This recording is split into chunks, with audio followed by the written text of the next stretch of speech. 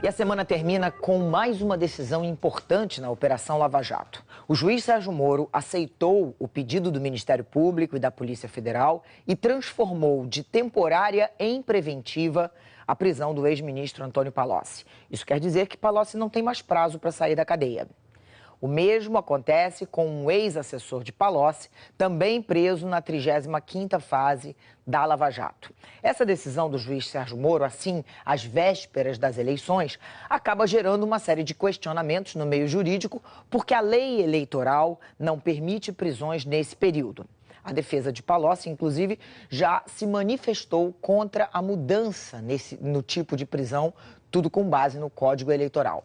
Eu vou falar sobre isso com a Isabela Camargo. A Isabela está acompanhando tudo lá em Curitiba. Isabela, boa tarde para você. O que o juiz Sérgio Moro entendeu sobre essa questão aí de decidir sobre esse pedido de prisão às vésperas da eleição?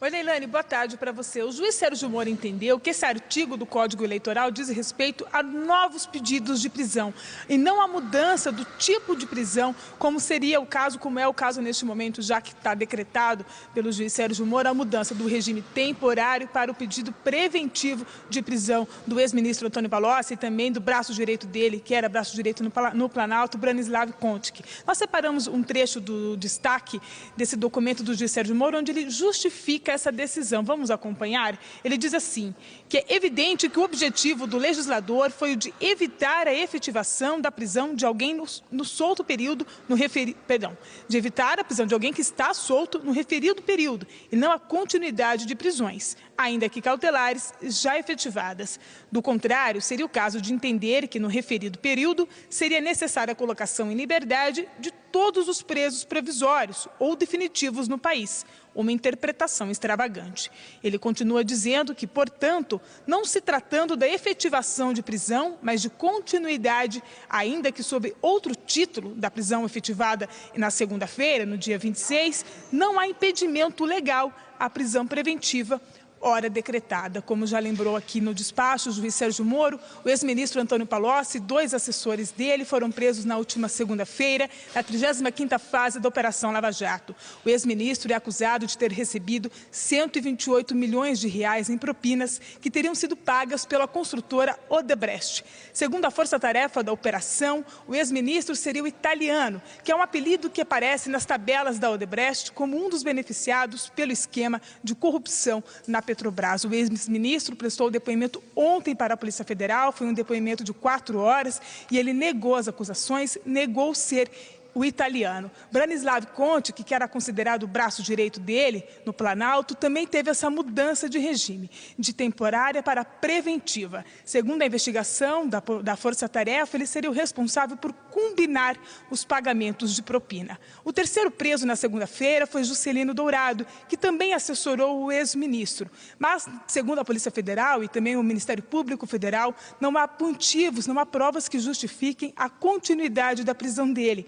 Portanto, Juscelino Dourado deve ser solto ainda hoje e nas próximas horas. O ex-ministro e seu braço direito vão continuar presos aqui na carceragem da Polícia Federal. Essa discussão legal a respeito das prisões já tinha sido levantada na última segunda-feira durante entrevista coletiva com um delegado da Força Tarefa e responsável por essa etapa da investigação, que é o delegado Felipe Passi. E já naquele momento ele explicou que não havia nenhum impedimento legal. É importante lembrar também que lá atrás a Polícia Federal já tinha pedido a prisão preventiva, mas naquela época o juiz Sérgio Moro entendeu que era uma medida muito dura. Então agora a Polícia Federal pediu novamente a conversão da temporária para preventiva e o juiz Sérgio Moro acatou o pedido tanto da Polícia Federal quanto do Ministério Público Federal. Nós separamos o trecho da entrevista coletiva em que o delegado Felipe Passi explica este impasse jurídico segundo a visão da Polícia Federal.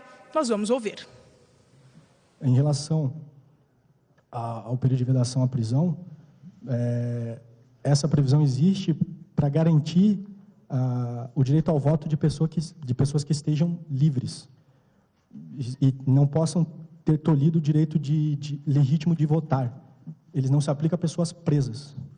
Então, o nosso entendimento é nesse sentido. Se houverem elementos para pedirmos a conversão da prisão temporária de Antônio Palocci Filho em preventiva, nós iremos pedir, pois não há impeditivo.